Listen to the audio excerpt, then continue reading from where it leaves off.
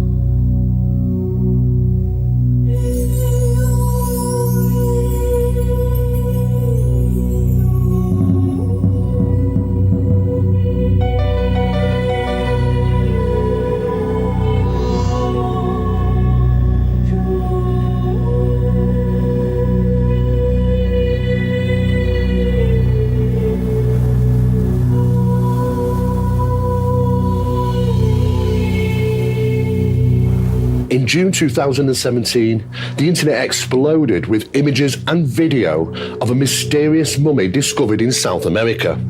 It has become known as the three-fingered hybrid. But what do we really know about this discovery? My name's Steve Mera, and I'm an investigative researcher based here in the UK. Join me and my cameraman and fellow researcher Barry Fitzgerald as we travel to the Southern Hemisphere and uncover the mysteries surrounding this discovery, securing much more information and interviewing the people that bore this explosive find. Against all odds, we must navigate our way to a secret location to view the body amidst government attempts to seize the evidence and capture those involved. This is our journey, and we'll be keeping you up to date every step of the way.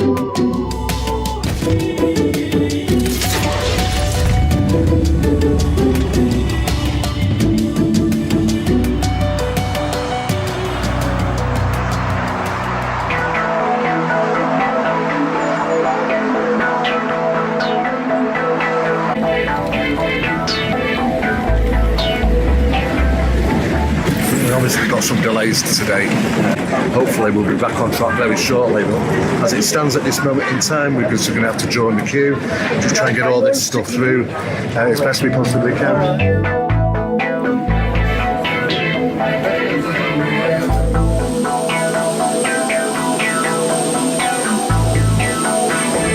After a delay at Manchester International, I believe there was some type of scared evacuation.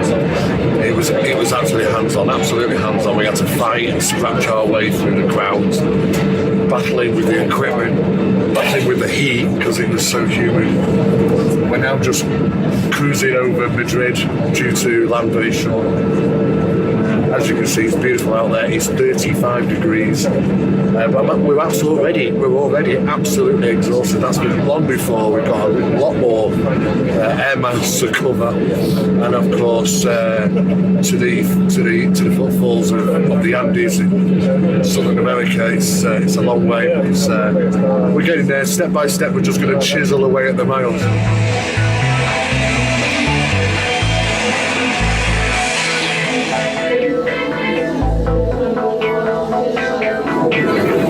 We're now boarded the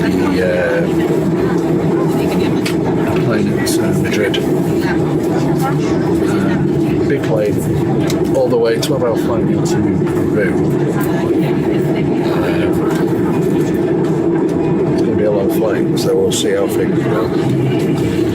I'm tired already.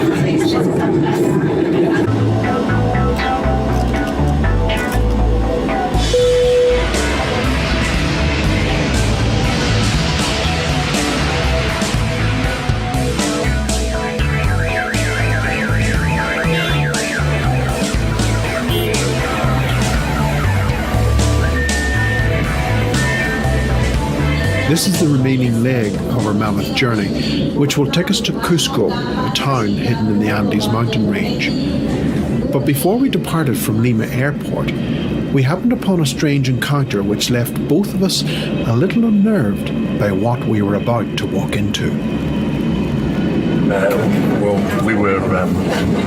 We sat at Lima Airport. We're just leaving Lima Airport actually. We just sat there, myself and Brian, and somebody came over to talk with us. A conversation exchanged where we were pretty much warned about not talking aloud about. It sounds so crazy all this, to be honest with you. I mean, look, I don't know what the bloody hell I've got myself into. I'm absolutely paranoid. I've never been like this before. But what's really interesting is that some information was exchanged. We're going to be meeting up with this person. I was totally shocked. It just came out of the blue. And there's a lot more that seems to be going on that meets the eye, and it sounds like something straight out of a covert film. I've never seen anything like it, but we can't talk too much about this at this time. We're on the plane we're leaving Lima Airport. We'll get back to the hotel, we'll be able to explain a little bit more, but it's at this moment in time, God, talk about cloak and dagger.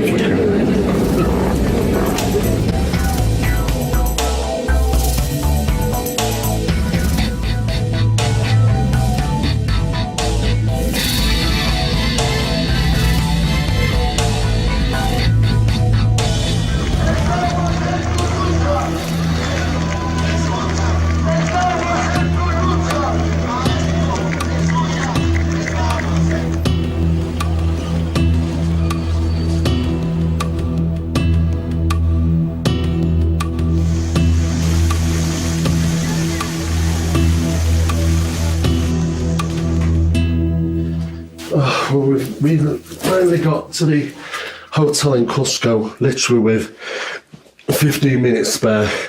We're going to be meeting up with Thierry. He's the middleman between the discoverer of the mummy and the footage that we received back in April of this year. We're going to be meeting up with him very shortly to finding out what's exactly been going on, and we'll keep you posted as it happens.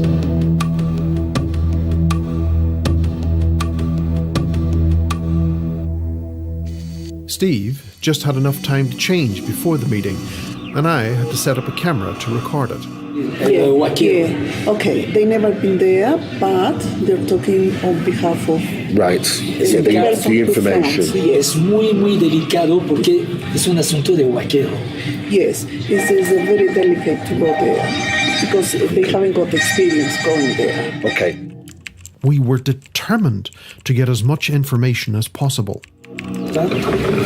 Es el sitio. Yeah, he said one of the more important points is the place where they found that they can't say where it is. That's Dicen okay, que secret. hay una energía electromagnética muy fuerte en la zona. They say in that place where they found it, there is a very high electronic magnetic. Y que Okay. no han tocado 10% del They sitio. didn't touch 10%, not even 10%. Han visto entidades biológicas vivas. And they also saw live biological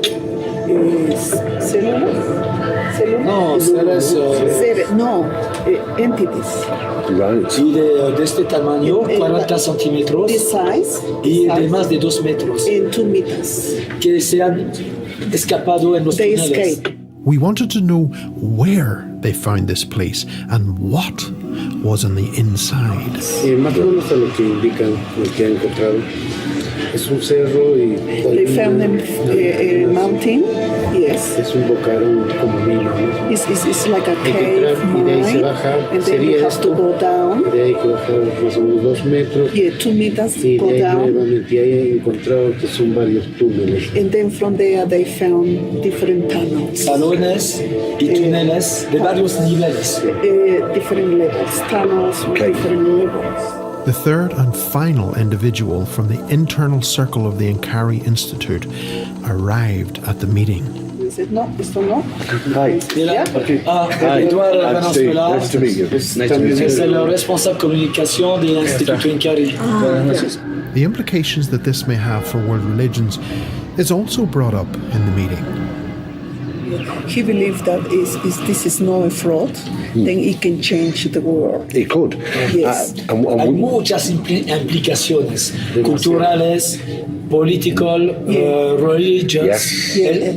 Pero eso nosotros no lo manejamos. Yes, he said that there is many implications like political. It could change. It could change the and world. They don't want to be involved in that. Okay. What's the one is the If truth. it's not a fake. Yes. Yeah, that is not Yeah. fake. If it's not a fake. If it's not. Siempre tenemos la duda nosotros. Yes, they're always in doubt. Our heads were left spinning from what we had been told, and there was the promise of obtaining even more information. Well, we've just finished that meeting with Thierry and a couple of his associates. It was a lot more information than we could ever have imagined for, to be honest with you. And we were quite surprised to find out there's a lot of dodgy stuff going on as well.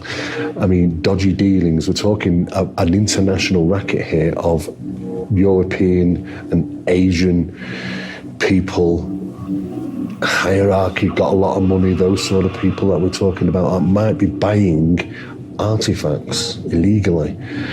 And that seems to be the case, and it's absolutely fascinating. But the more we get into this, the worse, the bigger the hole is getting. I don't know. I mean, sometimes you just want to stop, but we are finding more and more out, which is just expanding and expanding, opening new doors of research and information, which is all a bit worrying, to be quite frank. We've got some more information coming tomorrow. We've got more meetings to do. We've got more filming to do. And we're going to be told even a lot more things tomorrow, which we've already had an inkling of what's coming. It's going to be absolutely fascinating. So we'll keep you in tune as to what unfolds when and where it happens. Thierry is battling to keep artifacts in the country. It's as simple as that. He thinks it's important that they stay in Peru. And of course, some of these things, probably a lot of these things, are actually getting out there. Some of the things that we've actually been told is absolutely incredible. Be honest with you, one of those things was apparently, just like the Roswell footage, the Roswell incident, this foil that unfolds itself. Apparently, some of this was found and was sold for only $8,000 to somebody in Asia. I mean, that's just incredible. You can't even fathom that. If that was true, if that be true, then there is an international market for this, for these discoveries. We've been told that there's a lot more discoveries to come. We've had an inkling as to what that might consist of tonight, and we were absolutely completely blown away with some of the things that we've been shown, some of the photographs that were being put out in front of us. It's quite incredible. We're going to be finding out a lot more tomorrow.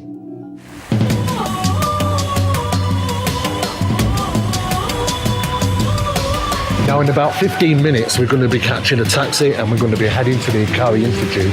We're going to be needing to talk to Thierry about some of the biggest questions that everyone seems to be posing over the internet right at this moment in time. Questions about the mummy.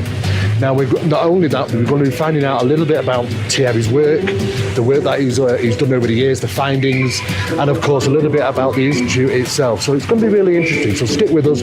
We hope to get some answers.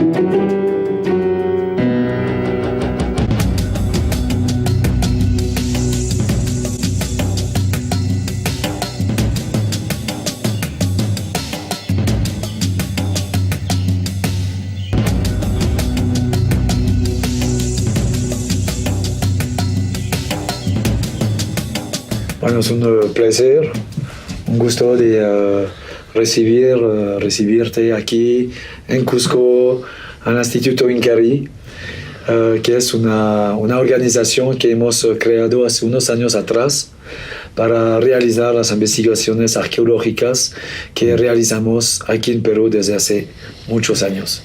Can you tell me a little bit more about the work that the Institute does and how far do you travel?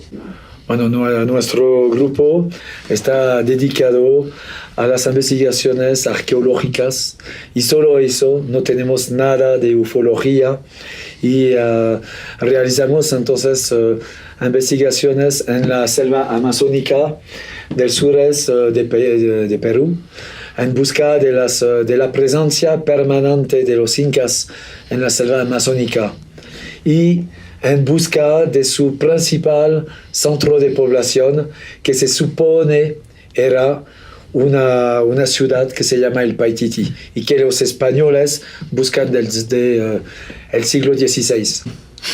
And we can see, obviously, from around the room, it's full of books, it's full of research, it's full of reports, projects. So you collect the archives and keep all the information. So more recently, over the internet, there's been some remarkable information that's been released in regarding some unusual bodies that have been discovered. Han venido a tocar a este timbre Knocked on the door, right? con pequeños cuerpos, Small bodies. órganos Organs, y yes. una historia loca.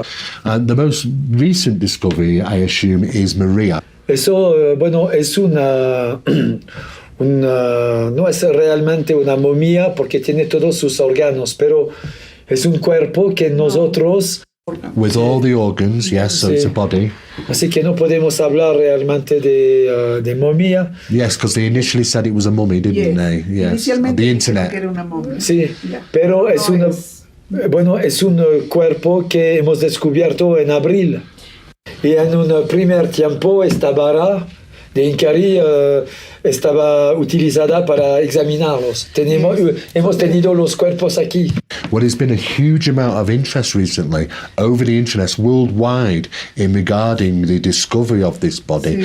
And of course, numerous people have been also analysing it. Now, the most unusual thing about this body is that it's got only 3 fingers and only 3 toes. Sí, casi todos los órganos, los cuerpos tienen esta particularidad Sí, de todos tener los 3 cuerpos dedos. tienen. En la zona de Nazca hay una iconografía muy importante, muy interesante, donde se puede ver en las rocas petroglifos así, o en los tejidos, o en la Nazca. cerámica, muy personajes Yes. que tienen 3 dedos. 3 fingers. 3 fingers and 3 toes. three Now, toes. now, what is unusual about Maria is that she's covered in something that looks white. Does Thierry have any idea what that is? Los pequeños The cuerpos, small bodies, los órganos, los cuerpos de los grises the body of the grace. habrían sido sacados de 2 sarcófagos. Yes. And are they the same color or white? No. Tenían un- The gray, hay Los gris. Los grises son grises, ¿no? Sí, No pero están cubiertos. sí, tienen un polvo Ah, también. he said that the grays, they have a slightly white. También, That one? también los órganos. Yeah, and it looks like in the past were taken. Were taken. Yes. Okay. That's what. And we don't know what this white substance is that's on the the body white. of Maria. We're waiting for analysis. Y María habría sido sacado del suelo, del Right. suelo, habría sido inhumado. No lo han encontrado en un sarcófago. So Maria may have been taken from one place and moved to somewhere else, and this may be something to do why she's covered in white. Los vaqueros, Yeah.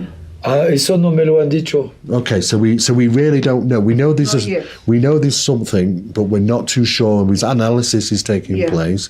Was analysis taking place from the hands as well as the It's body? están Sí. Yes. Yeah, and we're waiting on information coming back from that. Yeah.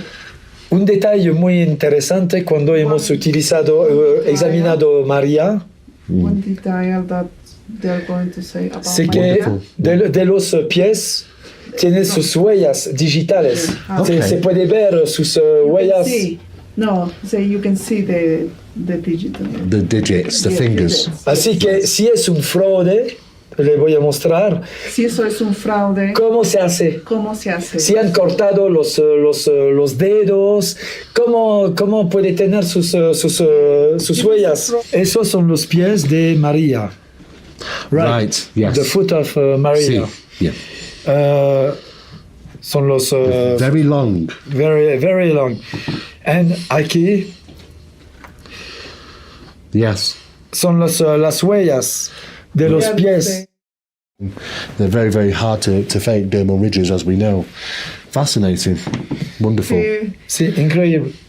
Incredible. Entonces, Yes, yeah. si es un fake, si es un fraud, Si eso sería un... ¿dónde son los cortes, etcétera? ¿Cómo lo han hecho? ¿No? ¿Cómo lo han hecho? Claro. Now, looking at the feet, O sea, mirando la it doesn't pintura, look like Maria would have been able to walk o sea, very well. Claro, es lo que podemos ver en estas fotos.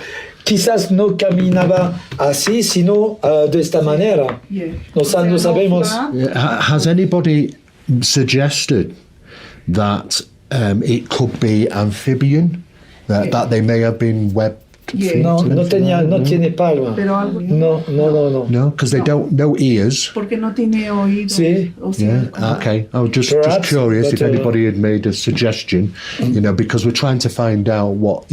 Lots of people think that it might be extraterrestrial. This is the sort of thing that's on the internet. Parece,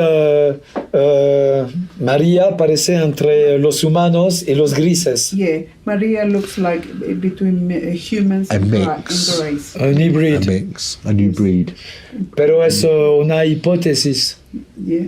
It is. Hypothetical. Yes, yes. Y tuvimos la oportunidad They have the opportunity de examinar to examine un bebé híbrido a baby.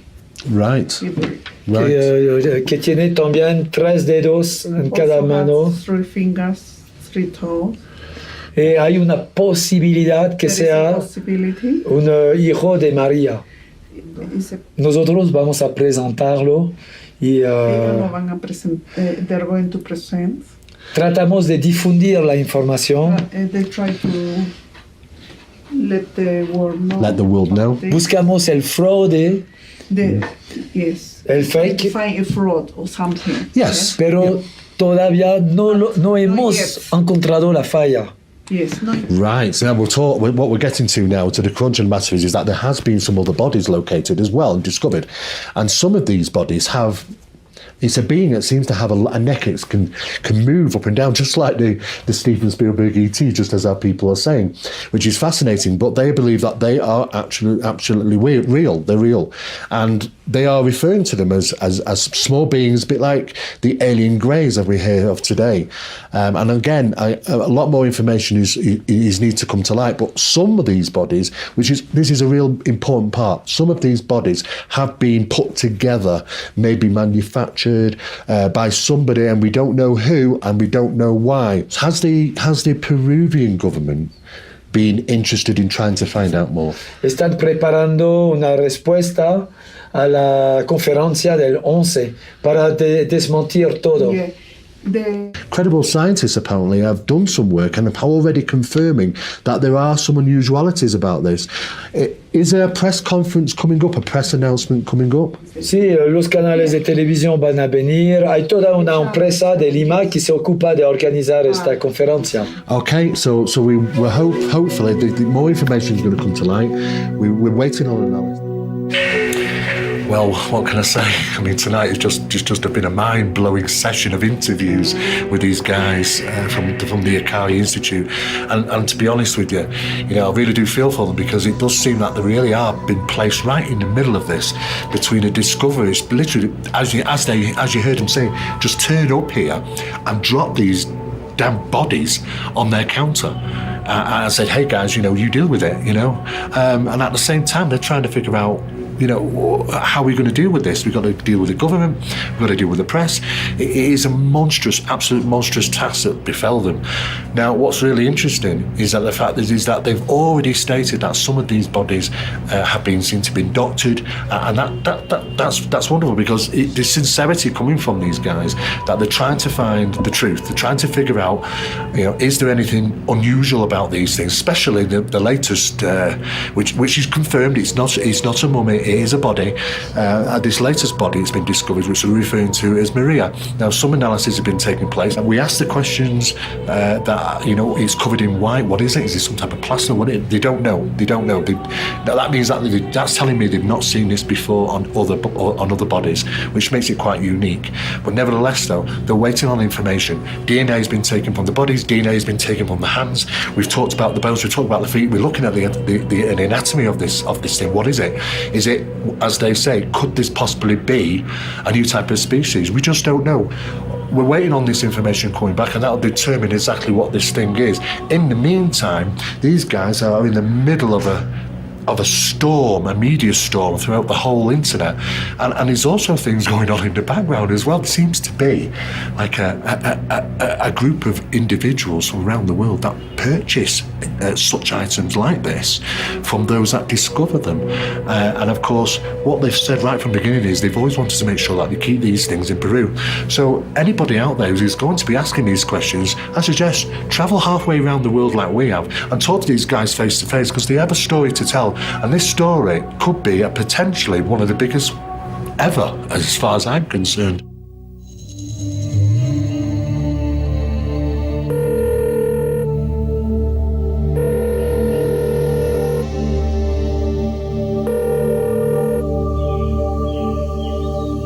The early hours of this morning, we received a phone call pretty much out of the blue. It kept us up pretty much most of the rest of the early morning.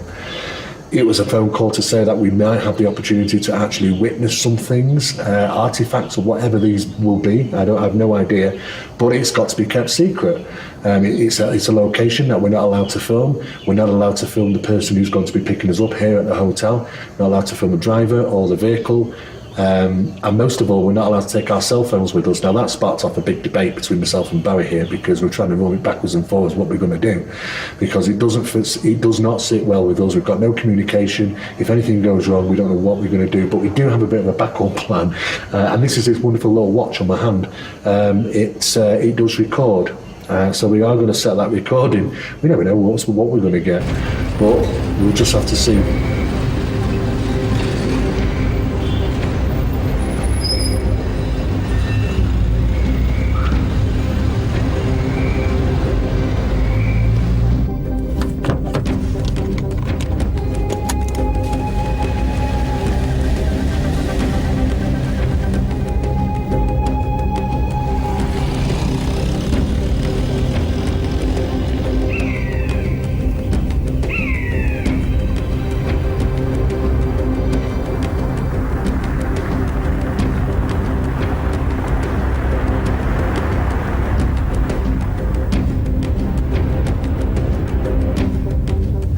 We're getting close to this location where we're supposed to be being taken to. No idea where we are. It's a bit hard to actually talk. It's very thin, the air. We've been climbing for a good, I don't know if it seems about 45 minutes an hour. I know we started off at 11,000 feet. God knows what we are at this moment in time.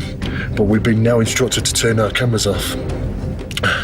What also was quite concerning is that we weren't allowed to bring our cell phones with us, and of course that's a big concern, as you can well imagine. But we had to face the situation, and myself and Barry did have this discussion back earlier at the hotel. Should we pretty much just throw our cards in, put our tails between our legs, go back home and just not go through it, because it is a bit concerning, this. But we decided against that. We decided to, well, what the hell, we're going to go for it. We don't know what we're going to be shown. We've been taken to a certain location. I have no idea where we are, but concerned, yes, absolutely concerned. We will do. We are turning off the cameras now, and we'll see what happens. With our high altitude trip over, we were escorted into a building we'd never seen before, and into a room where men waited in surgical dress. Within moments of our arrival, we too had to dress in the same surgical gowns and masks, and body after body was presented to us to film and document.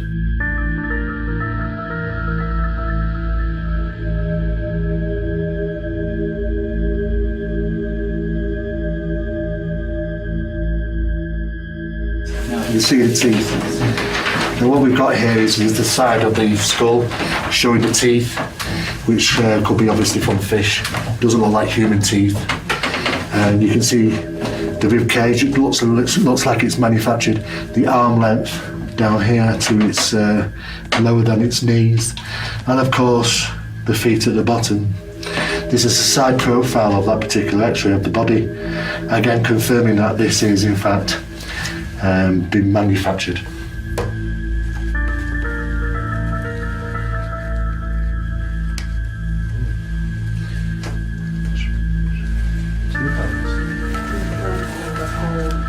Yeah, they have like a gold implant. So what we're dealing with here, is three hands, and what we've been told is that they seem to have some type of implant on top of them, and as we can see, we'll get some close-ups, but as we can see there is a design. It looks like it's gold in coloration, some type of pattern right across the bridge of the hand, and the same for this one. Looks like these two seem to have that marking and this one doesn't. But as you can tell from these, they're very similar, three fingers, and of course we're dealing with, again, a number of extra bones. We're dealing with 1, 2, 3, 4, 5. But they do look to have six with it. Six is the tip.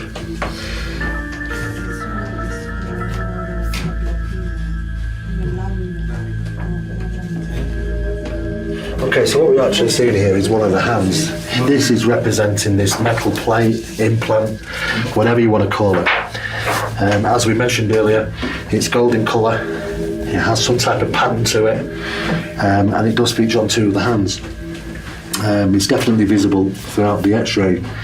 As for what that actually represents, if it's metal, what type of metal, that's currently unknown. Like I say, analysis is currently taking place. Samples have been taken, and you can see the 6 bones in the fingers. And what's very, very interesting is how these are actually put together here, how they're joined, and it looks like there's further bones as well.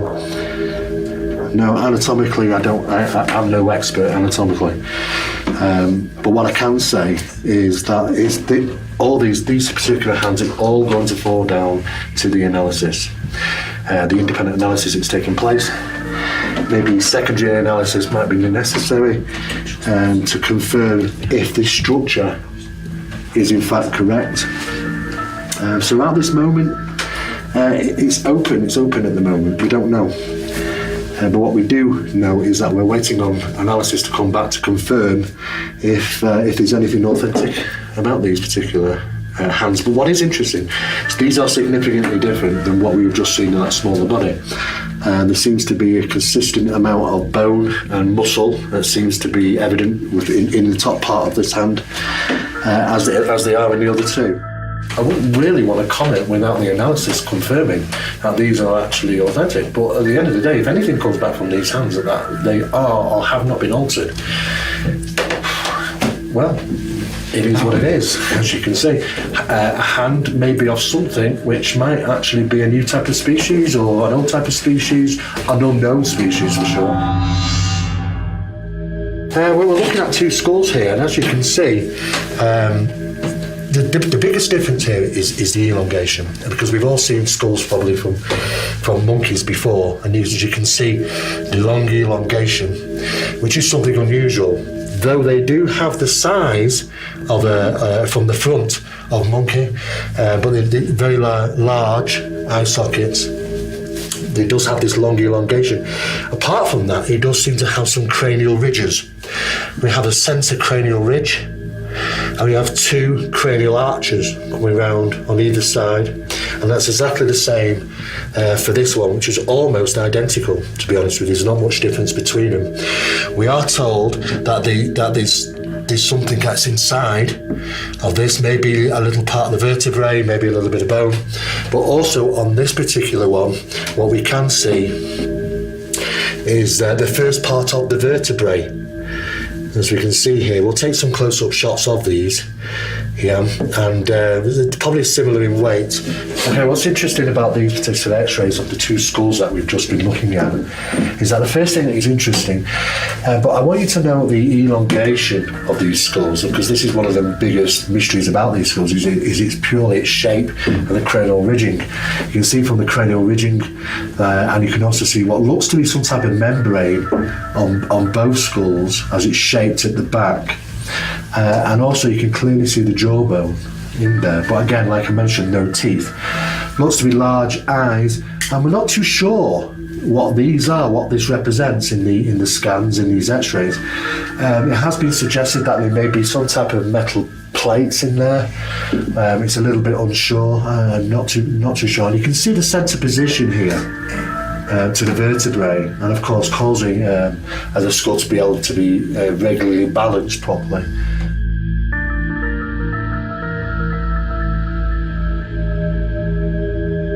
Okay, so what we're looking at here is a secondary body, a little bit longer and larger than the first one that we saw over tonight. Steve thought it prudent to measure the body, which was 25.5 inches long, and at its widest point between the shoulders was a meagre 7.5 inches wide. Now what's interesting is, from what we looked at earlier with the two previous small skulls, that this looks to have the same type of skull that we've recently just seen, but in fact attached to the body in this occasion. And if we actually take a measure of this, and we know what we were measuring from last time, is that is coming in at 70 millimetres, which is roughly around about the same size as the previous two skulls, with the same type of cranial ridging, the large eye sockets, and we can see the central point from vertebrae and that long elongation of the head. It's also interesting to note that we've been told from the x-rays that have been carried out is that it looks to have a skeletal, a neck, which may have been a bit adjustable, or which may have got shorter and larger. It's interesting to note on its legs that its right hip joint seems to have what is referred to as an implant or some type of mechanism in there, similar to what you probably find in elderly people when they have some type of hip replacement or something of that degree. It's got I have to admit though, it's got a very, very unusual posture, because it doesn't look like nothing I've ever seen before, to be honest with you, the way this is designed here at the top. Very, very straight, very broad, very unusual rib cage. Again, like most of the other things that we've been seeing tonight, has this covering of this white powder. As to what that is still a mystery, and apparently waiting on analysis to come back to confirm what that consists of. So what we're seeing here on the x-ray for this particular body is an oversized clavicle bone here, as you can see across the tops here. Also, what is interesting is that it doesn't seem to have any ball joints to the top part of its arm, so we're not too sure how that would have actually moved or manoeuvred around. Also, what's interesting is that it looks like the bones are knitted, so which would suggest that it is in fact more of an adult than it is a child. And the absence of being able to fit lungs in, we have to ask the question, how did this creature breathe? There doesn't seem to be any evidence of a nasal passage either. So either this is a completely manufactured creature, or it may be something that we've so profound we don't know what it is, and it may not have required oxygen. It may not have been breathing oxygen. We just don't know. We can see obviously the obvious deformity in the hip, and what looks to be the X-ray capturing a metallic implant or something that's been placed in the hip to maybe strengthen it. It does look like there's an abnormality there, and of course the long neck as well. Very interesting, but really I've not seen anything that's really has grabbed me. But nevertheless, though, we're going to have to wait for the analysis to come back to confirm, is this any known creature at all. A bit of a mystery at this moment in time, but as for the X-rays, I'm not very convinced on this particular one, but who knows? We could be looking at something that we couldn't possibly fathom in our minds, or in fact something which has been, again, manipulated. So what we're dealing with here is a second body, and looks more or less similar in size, though we are told that this represents a female of this species. Notice again the same size, roughly cranium, the same sort of arching and face features, central position on the vertebrae, slightly shorter neck in this case. But what is most interesting is that it looks like to be some type of implant there, which is metal, which we can clearly identify that on the X-rays. Not too sure what that is, but what also is probably the most significant thing about this is that it does look to have a raised stomach area, and apparently, according to the X-rays, it would look like there are 3, by all intents and purposes, eggs in there, indicating that this species, or whatever this is, may have been reptilian in nature. Nevertheless, though, the only characteristical differences between these two is that one seems to have a more longer neck, and this particular one seems to have these metal implant, and of course this raised abdomen area where apparently it's housing 3, well, it looks like 3 eggs. Very interesting X-ray, this particular one. What we're actually looking at is what looks to be the implant, which is across this chest area, and also what looks to be the housing of 3 eggs.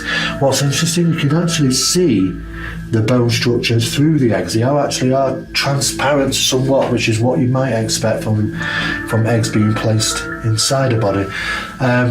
You can see that the figure, the bone structure, seems a lot more complete in this particular X-ray. Again, doesn't look to be housing any lungs. And of course, if they are eggs, we have to question, would this be reptilian in nature? Would seem to be, according to the bone structure, that she is in fact an adult. So the absence of ball joints, again, in the lower part of the pelvis, again, are obviously missing. And it does have, again, the 3 fingers, which are very prominent, and the 3 toes. And of course, again, still remains a mystery. Okay, we're looking at the third body here, and of course its absence of a head, unfortunately.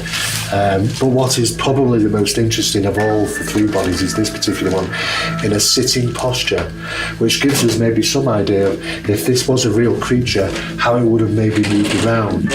Again, stereotypical here of the 3 fingers and the 3 toes, the sitting posture, what looks to be a vertebrae. And what's very interesting about this is that there does seem to be some form of skin.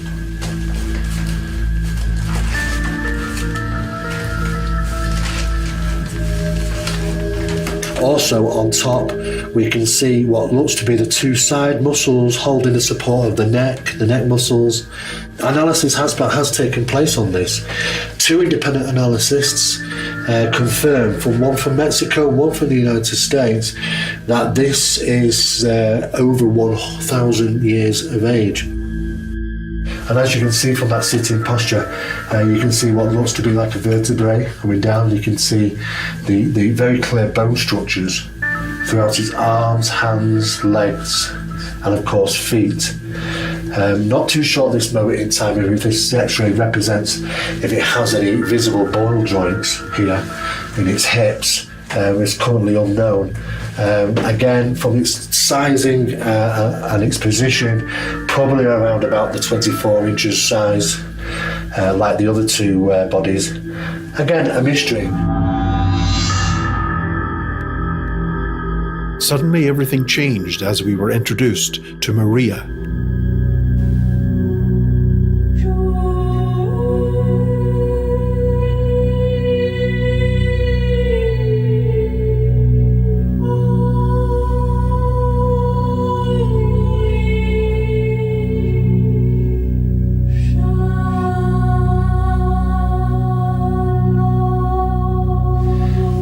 So what we're actually looking at here is something completely in a different ballpark than what we've been shown earlier.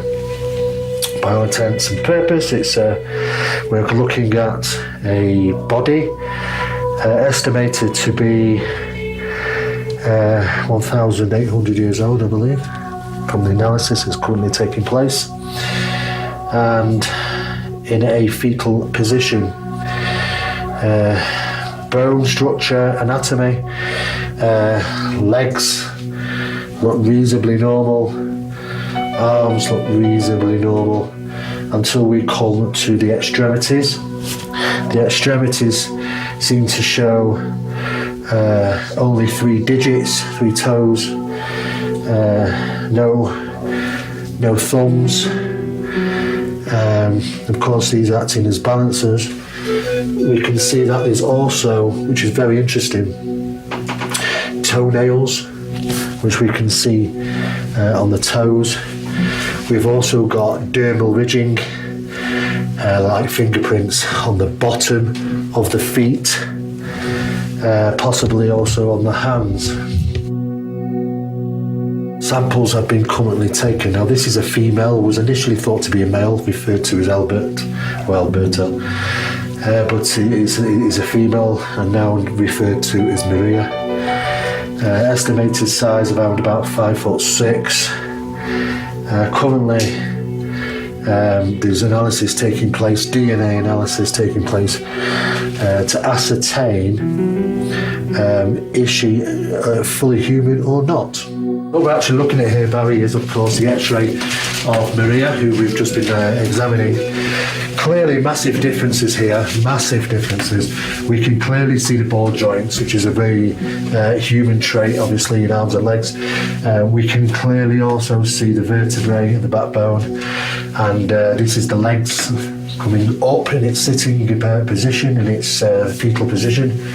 And across here, very faintly, you can actually see the fingers, which you can see consist of 1, 2, 3, 4, possibly 4 sections, slightly different than what else we've seen here, but nevertheless, though, extremely long. And they do look like connected bone as well. I can't see anything here that leads me to believe it's been anatomically altered in any way. But of course, that's what the experts need to tell you, not myself. But at the end of the day, what is very interesting is that you can see how the hand has come across here and it's been x-rayed. I believe further x-rays are going to be taking place maybe tomorrow. We're looking at what looks to be human body, but the most obvious differences being the toes, being the fingers, and probably the anatomy of the actual hand and feet, because we've noted that there's a possibility that because the way the actual way the layout of the foot is, it would seem that it may not have walked as a human being would probably walked. Doesn't look like it would have had the same capabilities to do so. So its walking process may have been significantly different than anybody like you or me. We can see that her teeth quite relatively intact as well. Unsure of what age she approximately would have been when she'd actually died. You can obviously see the vertebrae here, the collarbone. Generally, she looks human by all accounts, except for one thing here. She's missing her earlobes, no ears, which is a trait often seen in amphibians like seals and sea lions. As to why she has no ears is a mystery. She does just have a hole either side.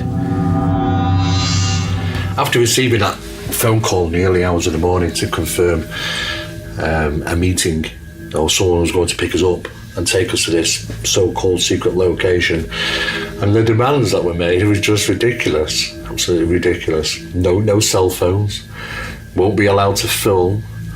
I mean, I don't know. It did spark a lot of debate between myself and Barry, but we thought, hell, no way we're going back halfway back round the world again without getting everything we could possibly get whilst we're here, because this is what we do. But nevertheless, though, we did reach the location and we met with a number of gentlemen. I think there were 5 of them in question, because people are going to ask why all the secrecy. I don't think it's about hyping up the bodies. I think it's about the government, because we already know that the government are all over this thing, absolutely. The police apparently have already raided a number of places trying to find the damn bodies. And of course it's very secret as to where they be. They want them. And they probably want the people that are involved in this, because they are probably looking at about 10-year stretch each. And that is probably the truth.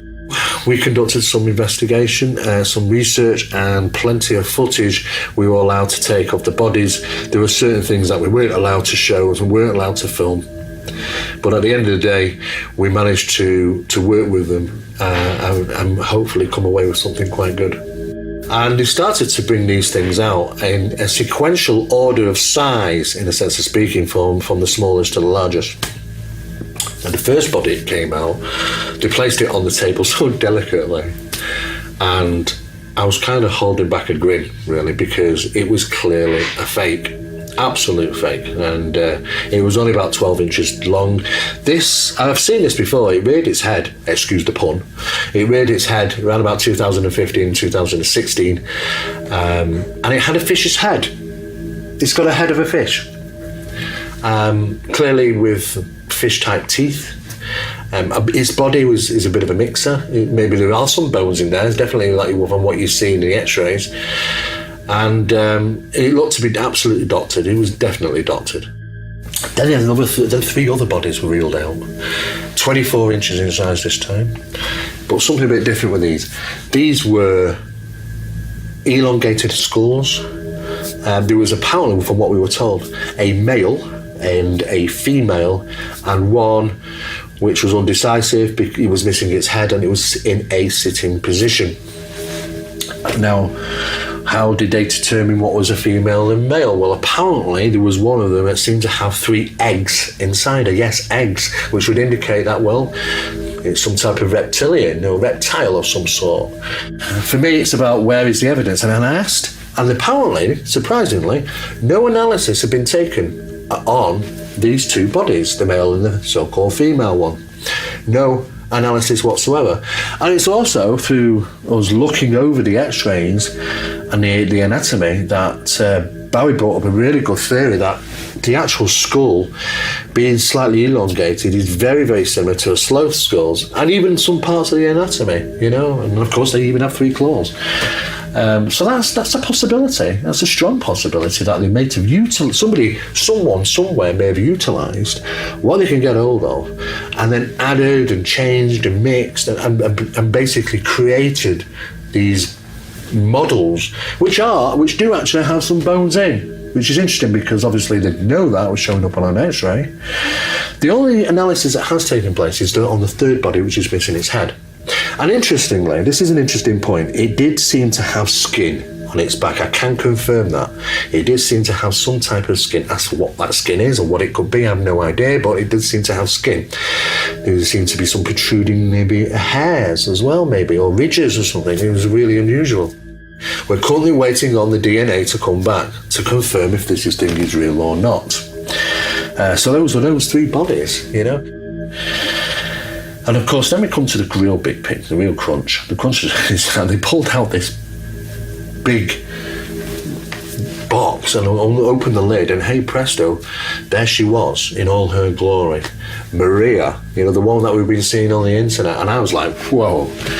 I think we both were, myself and Barry, a bit blown away, to be honest, because this is something in a completely different ballpark. Absolute, completely different ballpark. Let's just start. There's absolutely no shadow of doubt that we are dealing with a body here. And the analysis, being apparently 2 independent analyses which has taken place, shows around about maybe, I think, as far as we know, 1,800 years old, the body. And of course, we didn't even think straight away. Look, it's got 3 fingers and 3 toes. So we're just in awe of that. This is, how often do you get? That's not an everyday occurrence, is it? And the first thing I thought was, it does have an elongated skull. Maria does have an elongated skull, but not to the point where there's extra brain mass. It could be simply that it was representation of boarding, which was a tradition that many cultures did from an early age. And of course, we come to the hands and the feet. Now, I asked the question about the analysis because apparently analysis has been taking place, and we do know the parts where analysis is taking place from. But for me, if I was going in there, the first thing I'd do is look at what does it not make it human? What is it? It stands out and makes it unusual, and that is its hands and feet. So that is the first place I'd be taking samples from. It's obvious. You take samples from the locations in question. If we're going to take samples from under the arm or around the back, what are we going to come back with? Well, we're probably going to come back with a body of 1800 years old, and it's only going to give us the information that we currently already know, to be honest with you. We need to focus on the hands and feet. And I was actually surprised, because I asked the question, has samples been taken from the hands and feet? And the reply was no. Why? Why would you not take samples from the hands and the feet? That's the first thing I'd do going in there. I want to know. I want to know if these hands and these feet, these toes and fingers, belong to that body. I'm the flight risk manager of this flight and a part of LATAM. Thank you, we continue the trip with us. Les solicitamos que a partir de ese momento pongan sus equipos electrónicos en modo avión. Muchas gracias. Your attention please from now on, switch your electronic device to airplane mode. Thank you.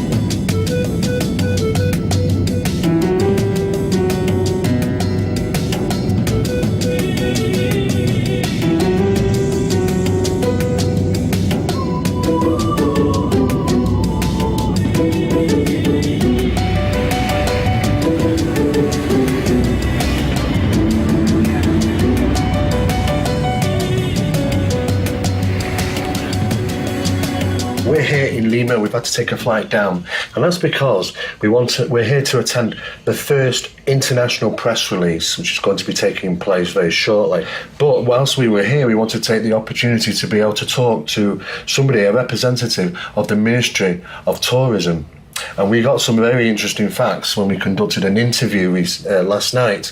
Some of the information is quite incredible. It would seem that the government are struggling, absolutely struggling to contain this problem about people who are tomb raiders, pillagers, whatever they're doing to trying to get a hold of these artifacts. They seem to be sold and are being sold across the world by some form of black market. Lenny, I believe you work for the Ministry of Tourism here in Peru, and you were actually commissioned to look into the shady world of the black market. Can I ask you, how damaging is the black market for the archaeological artifacts of Peru? Well, Peru is a country so well known because of our heritage, cultural and natural heritage. So for us, it's quite important to conserve all of it. And one of our biggest problems is this black market. The black market is one of the biggest problems. Yes. Was there any way to resolve that problem, or is it still happening today? It's really a very complex situation, not only here, also in other countries. Right. With a rich heritage like ours. And this, I think, on a personal level, that includes not only the laws, but also to know the laws. So we're dealing with something which is international. This is a very big change at international level, because there is still demand. Yes. I consider that even all the time that this demand will continue paying so much huge amounts of money, it will exist, this offer, the supply of this richness. Right, and it's still happening. It's still happening today. Yes, unfortunately, yes. Unfortunately, because of from time to time we discover these pieces all around the world, and our government is still working for recovering them. Right. After a great effort. Yes. But it's not easy. But unfortunately, they go all across our boundaries, no? Right, so it's extremely difficult. Yes, to control. Now, what's interesting is also, whilst we're here, we've talking to a number of people out on the street, and they're all talking about the same thing. You know, they haven't heard anything about this press conference, which is taking place right under their noses. Nobody seems to know anything. That's how good the government have been at suppressing the amount of information getting out there about today's event. Also, what we did find is that about a month ago, there was a lot of information being put out and circulated, discrediting the finds, the discoveries, and that's fine. We can understand that, and we understand the reasons what might be taking place, because they do want to suppress this. That these things are happening, artifacts being found, stolen, shipped abroad to other countries, and of course losing the Peruvian history. These artifacts are going all over the place, and they do want to suppress that. And the only way to really do that is just basically call it fake. However, what's interesting is that that's generally that was a month ago. It's all gone quiet now. This is all happening under people's noses. We don't even know. We've even talked to a number of staff at the hotel, and even those were like, what press announcement? It's just incredible. We know it's here. People are here already, starting to turn up, in the trove. So it's a real big event. We're going to try and get to the crux of all this information, because we're really having to move fast, because things are developing so fast at this moment. We're just trying to keep on our toes. We sensed at lunchtime today that something wasn't quite right. And by the time we got back from lunch, it had arrived. It was absolute chaos. Filming of an event, it's a press announcement. So we had to really talk to the head guy who'd arranged this, which is kind of on our side.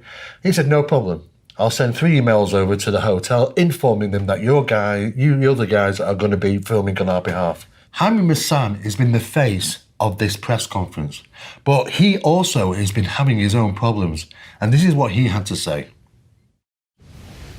Thank you for talking with us, Jaime. I wanted to ask you, you've been at the front of this, the forefront, the front runner. You're the face of this discovery. How's it been for you? I think the person who deserves this credit is Thierry Jamin, the French who got the bodies, who collected everything, who has had the courage to confront anything, to take the risk. As investigator, probably I helped to really make these news, these findings go through, to be known by the world, and to understand that this is something really extraordinary. And for me, has been probably one of the most important investigations of my life. Well, we understand samples that you've taken with your team, amongst other people, but what is your personal opinion? What do you think this mummy is? I think this mummy is something else. I don't know if it came from a different planet or not, but it doesn't look human. All the features you can see are really something extraordinary, like the big fingers in the hands with 5 phalanges, the fingers in the foot with 4 phalanges, are something that are not comparable to those of human beings. Also the head, if you see the head, is very big. If you see the bones in the arm, they are really separated, something very different that, from our own. And there are, I am very sure, so many more differences from human beings. Then this is not human. What is it? I don't know. Where it came from? I don't know. We'll find out. There's been a lot of international interest in regards to this find, but surprisingly and remarkably, it's been very quiet here in Peru. We believe the government have been trying to pressure and maybe keeping this quiet. You called that. You went to the Ministry of Culture today.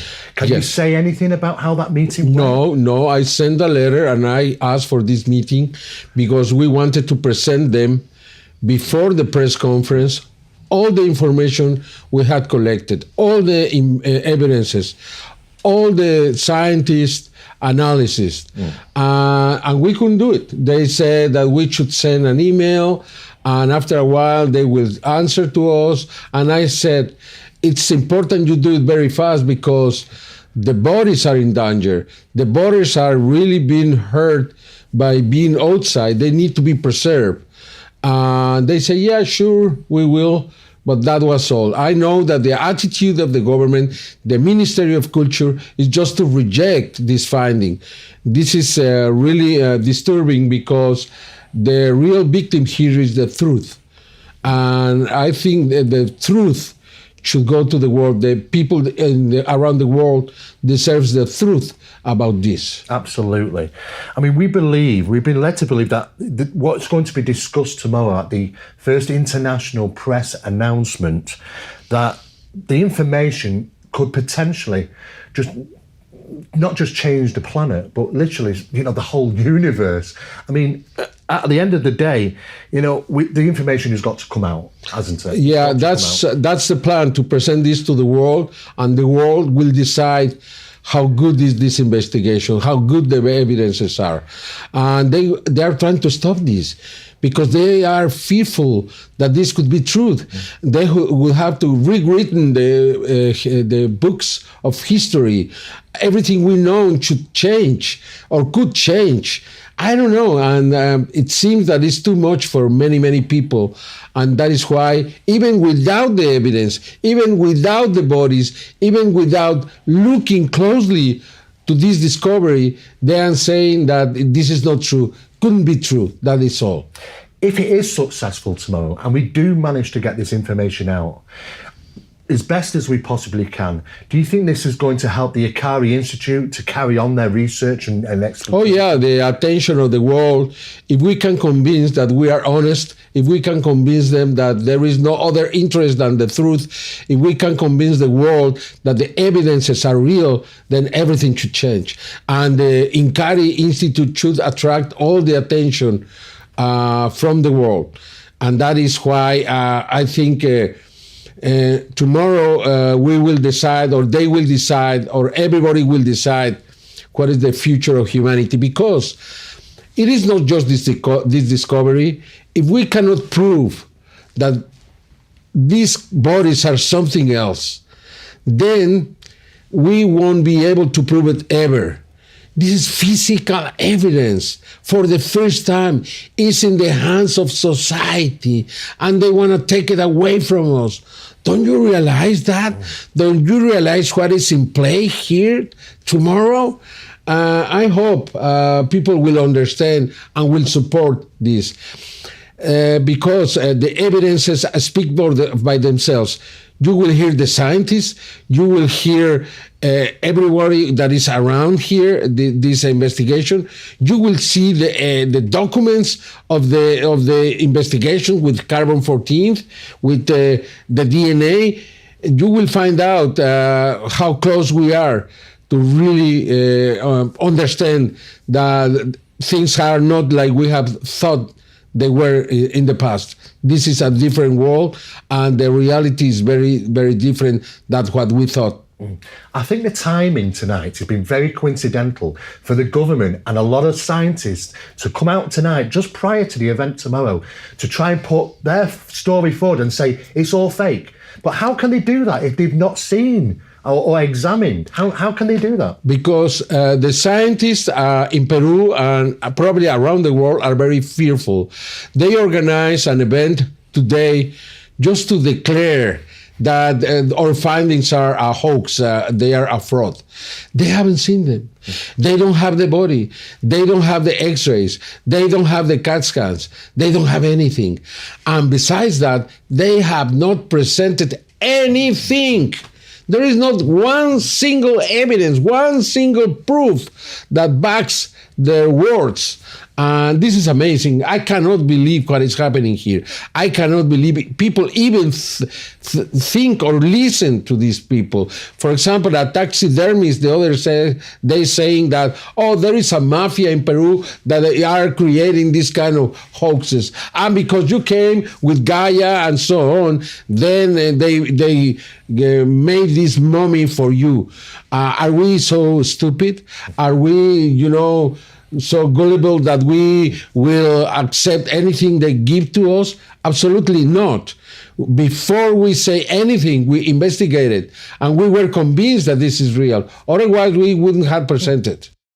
What the government are doing is that they're discrediting any of these discoveries that have been found. And they're doing this without ever laying a single finger on any of the bodies. Meanwhile, members of the scientific community within Peru banded together, and this is what they had to say. In the last few months, the alleged discovery of extraterrestrial mummies in our country has been publicised through an irresponsible, organised disinformation campaign. Testimonies and published images of this case allow to assert that these findings correspond undoubtedly to pre-Columbian human remains, cultural patrimony of the nation, maliciously manipulated and even mutilated to obtain an ad hoc appearance for commercial exploitation. Moreover, the exclusion of the entire related archaeological context is absolutely contrary to the scientific investigation of this kind of cultural finds. It is upon our authorities to make the corresponding accusations, since this production has numerous national and international norms that watch for the defence of cultural heritage. We hope these same authorities will seek the protection and correct investigation of these remains and their place of origin in order to stop looting and trafficking of human remains. We also expect exemplary sanctions for those responsible of this degradation of heritage that is of all Peruvians and humanity as a whole. Finally, the criminal abuse of corpses for petty ends violates human dignity in a profound way. Thus, exploitation of pre-Columbian mummies carried out by this organisation attacks and particularly offends the Andean culture, implying that its achievements were due to an illegal alien aid. We offer our best offices to collaborate with the authorities to demonstrate our statements in the corresponding instances. We also offer to participate in activities that would defend our patrimony and help educate the public about our ancestors and their legacy. Lima, 10th of July, 2017. After working through some of the problems today, we managed to catch up with Dr. Edson Vivanco, a skeletal specialist, and he was more than happy to answer a few of our questions. Bueno, me invitaron a participar en esta investigación para dar una opinión médica por los conocimientos anatómicos que yo podía describir y determinar si las piezas que pudimos revisarlas eran reales o se trataba de un fraude. Hay muchos detalles que nos indican que esto es real porque sería muy difícil recrear, por ejemplo, lo que sería un cráneo con sus detalles anatómicos. Por ejemplo, dentro de la configuración interna, efectivamente se trata de un cráneo porque cuenta con las suturas parietales, suturas occipitales, suturas frontales y demás rasgos anatómicos que tienen las características típicas de un cráneo. La primera impresión que fue algo muy extraño revisar una mano con solo 3 dedos, ¿no? Y con la presencia de 5 falanges. Efectivamente nos sorprende a todos porque nunca se ha descrito dentro de la literatura científica a un ser antropomorfo, bípedo, con solo 3 dedos y 5 falanges, lo cual nos llamó mucha la atención en seguir investigando y llegar al final de esto. Ahora, hay que determinar si esto es un fraude o realmente esto es real. Entonces, muy complicado es catalogarlo a simple vista como si fuese un fraude sin hacer estudios previos. Pero es muy importante, aunque sea un fraude o sea algo real, investigarlo. Eso es lo que muchos detractores, sin haber revisado las piezas o la evidencia que hemos podido obtener, y han dado un testimonio, un veredicto final diciendo que esto es armado, cuando no han tenido acceso a revisar las evidencias que hemos podido tener. Ahora, nosotros en ningún momento hemos determinado que esto tiene que ser específicamente alienígena, no. Nuestro objetivo principal es llegar al final de esto, sea cual sea el resultado. Si es un fraude, nosotros seremos los primeros en denunciarlo, pero primero lo estamos investigando. Hasta el momento no encontramos ningún indicio de algún tipo de modificación o algún tipo de alteración de los cuerpos, motivo por el cual nosotros decidimos seguir investigando. Ahora, si se comprobase que esto es un fraude, lo cual sería un delito, nosotros vamos a ser los primeros en denunciarlo. Tenemos mucha evidencia que nos acerca a que esto va por el buen camino y que es real. ¿Por qué? Al examen físico no encontramos indicios de algún tipo de modificación. No encontramos grietas, ranuras, fisuras o algún tipo de alteración externa. Ahora, dentro de los estudios tomográficos que se pudieron realizar, nosotros tampoco encontramos algún indicio de algún tipo de modificación. Entonces nosotros queremos llegar a la verdad. Ahora, nuestras hipótesis según a esta investigación. Primera hipótesis, se trata efectivamente de un ser biológico único, nunca antes descrito por la literatura científica. Segunda hipótesis, efectivamente puede ser un ser armado, pero hay que determinar quién ha armado o quién ha podido modificar estos seres. Por ejemplo, de las manos grandes. Nos parece muy raro una mano de 3 dedos. Ahora, si dentro de la hipótesis está que sufrió un proceso de modificación actual, se consideraría un delito y lo cual conlleva un fraude, lo cual tiene que ser investigado y sancionado con todo el rigor posible. Segunda hipótesis, ¿no? Si es armado, pero el carbono 14 nos demuestra que tiene más de 1800 años en 3 laboratorios distintos, estamos hablando de un material biológico.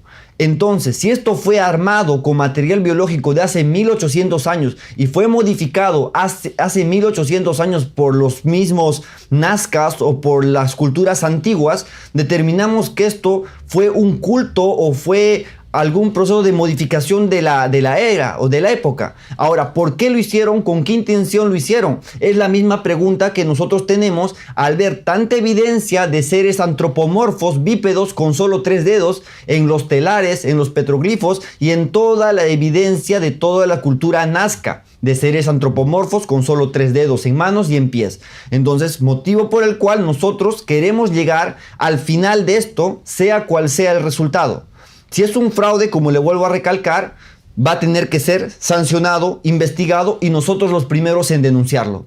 Pero si esto efectivamente es real, se tiene que dar el reconocimiento respectivo, pero en base de evidencias, con pruebas, que se sustente el porqué, ya sea falso, ya sea un fraude o ya sea auténtico. Ahora, si se trata de un ser biológico único, esto abre el campo a mayor investigación científica, lo cual nosotros invitamos a la comunidad científica a que puedan participar en esta investigación y llegar a una verdad absoluta, sea cual sea el resultado. Ese es el objetivo del Instituto Incari, que necesitamos llegar a una verdad y que no se catalogue un fraude sin antes revisar la evidencia. En mi punto de vista personal, yo creo que sí. En mi punto de vista personal. Pero la verdad no es la mía, sino es de la comunidad científica, la cual con un aporte de muchos investigadores, de muchos científicos, podemos llegar a una sola conclusión. Dr. Jose Benitez, a forensic specialist, had his own descriptive interpretation. In your professional opinion, have you found any unusualities, anything strange? Sí. Encontré muchas particularidades que las hacen totalmente diferentes.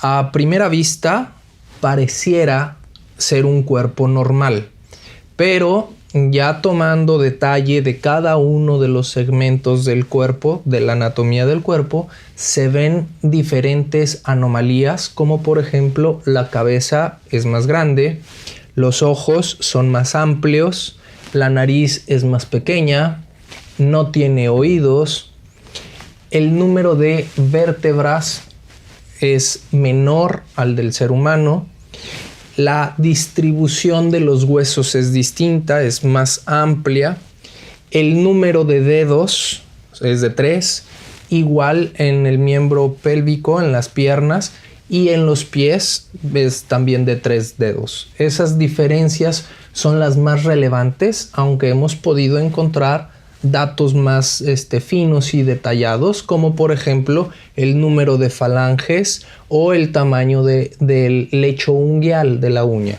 El polvo blanco con el que están cubiertos es un producto especial que se llama tierra de diatomea.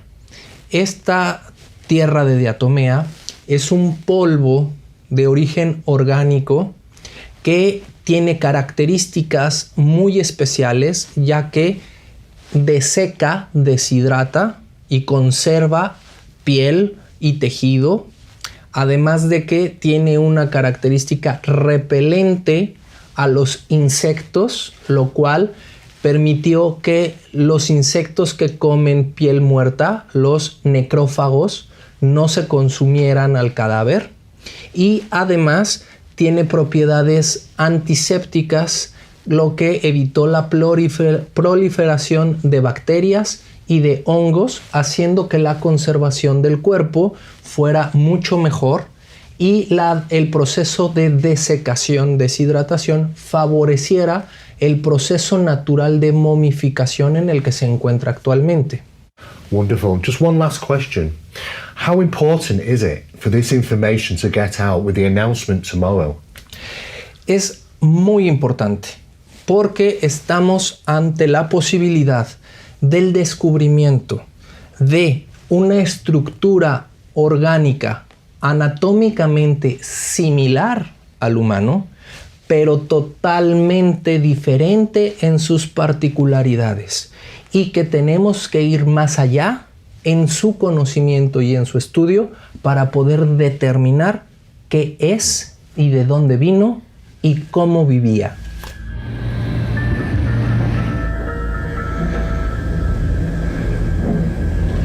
We're here at the press conference, the international press conference. The very first one is taking place in Lima, Peru.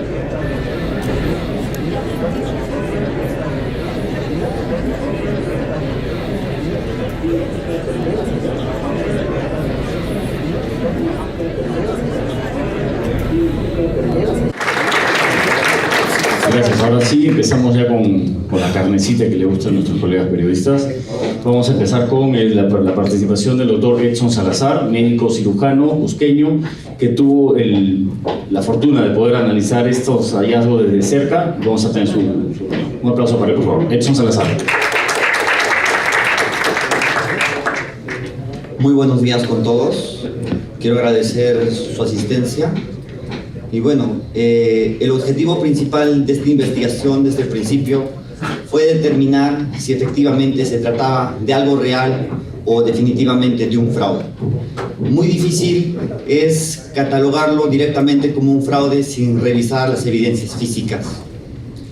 Nuestro objetivo se basaba en 3 parámetros: determinar si es verdad o es falso, determinar el tiempo de antigüedad y determinar si efectivamente se son seres biológicos o no. Nuestro objetivo principal tiene que llegar a la verdad, sea cual sea el resultado. Dentro de nuestras hipótesis, primera hipótesis, lo podemos considerar como un espécimen nuevo, nunca antes descrito por la literatura científica. 1. 2.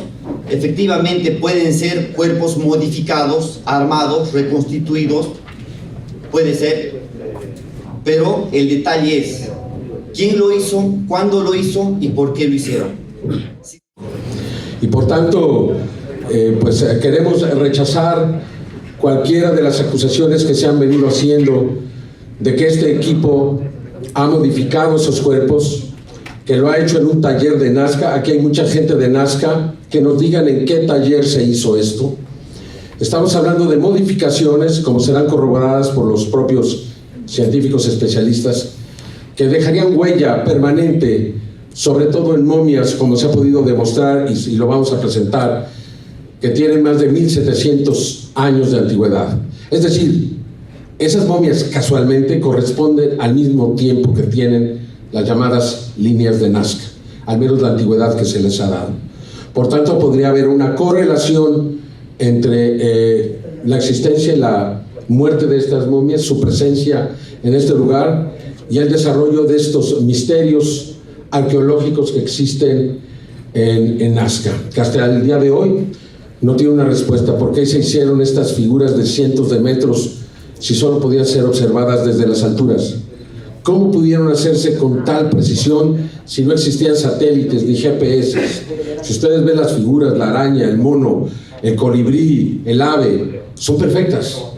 no hay ninguna falla en todo su trazo. Por tanto, esto implicaría haber tenido algún tipo de equipo desarrollado. Hasta hoy la ciencia no ha podido resolver este misterio. Yo ayer intenté ver al ministro de Cultura, a don Salvador del Solar, para que escuchara esto que vamos a presentar aquí, incluso antes que los medios, para que él estuviera informado. No me recibieron. En el mes de enero, el señor Thierry Yamín presentó una carta al Ministerio de Cultura solicitando su participación, dada la importancia y trascendencia de estos hallazgos. Hasta el mes de abril no había recibido respuesta. Fue después de conocer esta situación que nosotros, en nuestra calidad de investigadores, decidimos involucrarnos, porque era evidente que las autoridades, dado el tipo de tema que se trataba, no estaban dispuestas a participar. Estas son las únicas imágenes que tenemos. Quiero aclarar otra cosa: no conocemos el lugar, no hemos estado ahí. Esta es supuestamente la entrada al sitio. Estas son algunas de las partes internas, el ataúd donde se dice que estaban estas especies, porque también quiero decirles, son 2 especies, no es una la que vamos a ver hoy, son 2. Y una es mucho más extraña que lo que ustedes han visto hasta el momento. Bajen los teléfonos. Les hemos llamado urpus a estos porque del quechua, celulares. Perdón por la falta de ortografía, que no es mía. Celulares. Teléfono. Que dice que el urpus en quechua es modelo de un humano, humanoide, animal o personaje de ficción. Se ha dicho en los últimos días, una persona llamada Paul Ronceros presentó estos cuerpos, que efectivamente nosotros lo descubrimos desde el primer momento de la investigación. Estos cuerpos no corresponden a un ser orgánico. De acuerdo a los científicos, y ustedes les podrán hacer las preguntas, estos cuerpos, como vemos aquí, tienen separación en las coyunturas muy extrañas, tienen una forma del cuerpo muy extraño como para ser considerados orgánicos. Nunca lo hicimos. Sin embargo, sí pensamos que son antiguos. De acuerdo a la persona que los encontró, fueron localizados en el mismo lugar, en la misma tumba. Es decir, que no son, como se señaló en un estudio, supuestamente animales modernos. Eso es lo que dijo el Ministerio de Cultura. No existen los animales modernos. Todos los animales son antiguos. Además, si se trata de seres orgánicos o conglomerados orgánicos de huesos y de piel, entonces dicen que son modernos, sin haber realizado ningún análisis de carbono 14. ¿Cómo se puede llegar a una conclusión tan definitiva? Porque esto ya lo han declarado que no es patrimonio nacional. Señores peruanos, lo están perdiendo. Yo me lo puedo llevar hoy a México, porque esto ya no es patrimonio nacional, esto es una artesanía. Entonces, si es así, lo están perdiendo. Creo que es un error. O sea, simplemente por una actitud visceral o de estar en contra de esto, creo que se está cometiendo un grave error. Estas son las manos tridáctilas que encontramos si ven ustedes, con implantes. Estos implantes deben de ser estudiados. Estos implantes, nadie ha hablado de ello, pueden ser tecnología, parece que son de oro, no estamos seguros. Aquí tenemos estas manos tridáctilas. A esta, ¿por qué está cortada? Porque no hay más remedio. Son 3 manos. Una de ellas tuvo que ser sacrificada para obtener los análisis que ahorita voy a mostrar, que nos dan una antigüedad de varios miles de años de estas manos. No sé si también quieran decir que se las cortamos a otras momias y también las rearmamos. No nos han todavía acusado de ello, pero pues a lo mejor pronto lo van a hacer. Además, respondo cualquier acusación, porque para hacerla van a tener que demostrar que lo que decimos no es verdad. Aquí está una de las radiografías, podemos ver claramente que tiene un implante. Pueden ver ustedes hasta 6 falanges perfectamente ordenadas, perfectamente de tamaño. Aquí ni el mejor cirujano de mano del mundo hubiera podido hacer esto. Aquí pueden ver ustedes las partes del metacarpo. Ya los especialistas, yo no soy, les dirán. Otra mano es precisamente la que se usó para las muestras, donde se ven todos esos detalles. Vean ustedes, aquí parecen ser reales, ¿verdad? También encontraron, el señor Thierry Amin nos presentó estas cabezas, que son también muy extrañas, son de seres pequeños, son orgánicos, confirmado. ¿Y esto qué es? No son artesanías, Estas son cabezas exactamente como se encontraron. Es de una de las dos especies de la cual vamos a hablar más extensamente en un segundo. Como ven ustedes, existen muchos detalles. Por favor, pregúntenle al doctor Edson. Él fue el primero que las investigó. Los doctores José de Jesús Salce, científico forense mexicano del más alto nivel, no es ningún ufólogo, ni tampoco lo es el doctor José de la Cruz Ríos, biólogo con más de 15 años de experiencia. Aquí vemos también las radiografías de estas cabezas. No quiero abundar en detalles, no me corresponde. Simplemente estas son las evidencias de las dos cabezas, que tienen muchas razones por las cuales hablar de ellas y encontrar exactamente qué son. What we've had to actually digest that in this presentation that's just taken place, I mean, it's quite a long one and a lot of questions and a lot of material, literally an overload of material. There were some very interesting things regarding the anatomical report. Now, this particular report, it features, and we first, when we thought, looking at Maria, that she only had 2 anomalies. Okay, her hands, her feet, maybe a slightly elongated head, no ears, and that was pretty much it. But no, far from it. Apparently, this anatomical report features not 1, 2, 3, 4, 5. It just keeps going, 6, 7, 8, 9, 10, and the list goes on of these anomalies in the body, things that you wouldn't find in a human body, the shaping of the bones, to the minor little details. Far too many that I can explain. I can't explain that, you know. She's an absolute wondrous work of art, you know, which she should be on display somewhere, you know, or she's real. One of the two. I wouldn't want to call it. And of course, not just that. You know, there's a big thing in regarding this powder, this white powder, and it's been mentioned many times over the internet since its release over social media that people think it's plaster.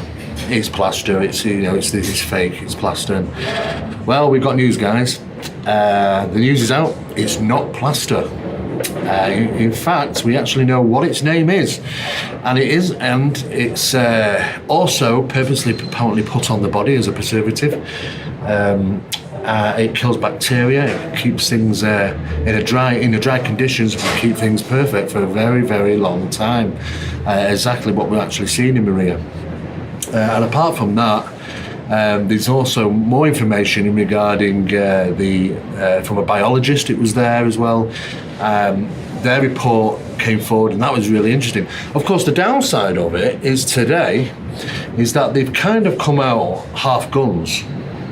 What they've done is they've gone and done a press conference, the first international press conference of all, in the capital of Peru, and they've not brought all the guns with them. In fact, they left the cannons at home. There is not any information from the DNA yet. It's still out there, it's still being conducted. I know it takes time, I know it takes money, but surely you probably hold back, not send your infantry in without your cannons. You know, your cannons need to be drawn, and of course they haven't done that. So do you know what? Very good, very excellent in regarding the information regarding the bone structure anomalies in Maria, and also the other anomalies found, but no DNA, and that basically means that it took a dive bomb. As far as we're concerned, it went flat. What they needed is DNA, and if they didn't have the DNA, they maybe should have held off on the press conference until they had it. We've recorded her findings and boarded her flight back to the UK, leaving behind a black market of bribes, grave robbing and deceit. Although we can sympathise with the Peruvian government in its attempts to suppress the hemorrhage of ancient artefacts, we strongly disagree with the way it tried to discredit the mummified remains before any tests had been confirmed. So it comes to this.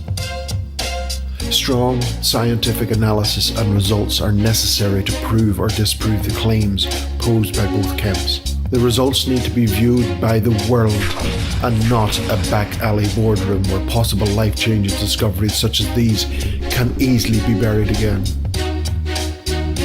We have the results. We are going to tell the world, and we are going to expose the truth